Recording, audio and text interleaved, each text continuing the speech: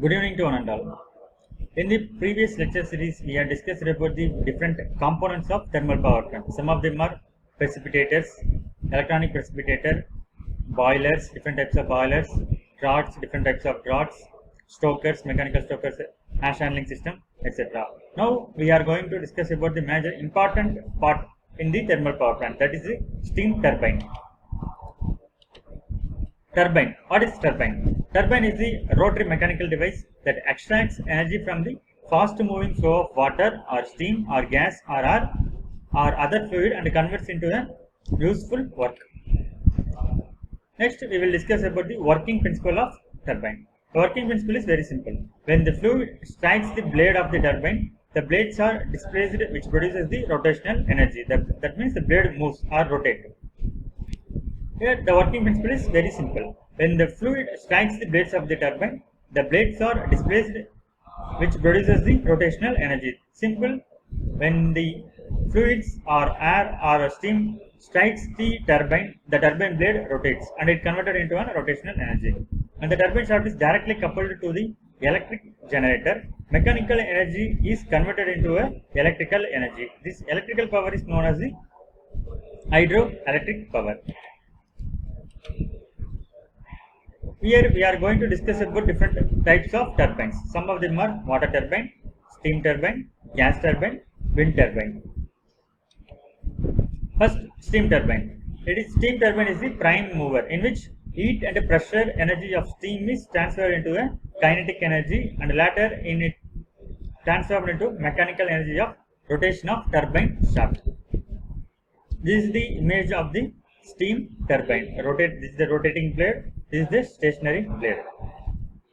The power in the steam turbine is obtained by the rate of change in momentum of the high velocity jet of steam impinging on the curved blade which is free to rotate. The steam from the boiler is expanded in the nozzle resulting in the emission of high velocity jet. This jet of steam impinges on the moving vanes or plate mounted on the shaft. Here it undergoes a change of direction of motion which gives rise to change in momentum and therefore a force is created. Steam turbines are mostly axial flow types. The steam flows over the blades in the direction parallel to the axis of the wheel. This is the steam entry, a turbine, the turbine which is connected to the generator. While the high velocity steam strikes the turbine blade rotates. As the turbine is coupled with the motor, that means generator. Next we will discuss about the principle of action. Impulse turbine. Pressure energy of steam is converted into the kinetic energy. Impulse action of high velocity jet of steam due to change in its direction is used to rotate the turbine shaft. Next the reaction turbine. Reaction force due to expansion of high pressure steam when it passes through a set of moving and fixed blades is used to rotate the turbine shaft.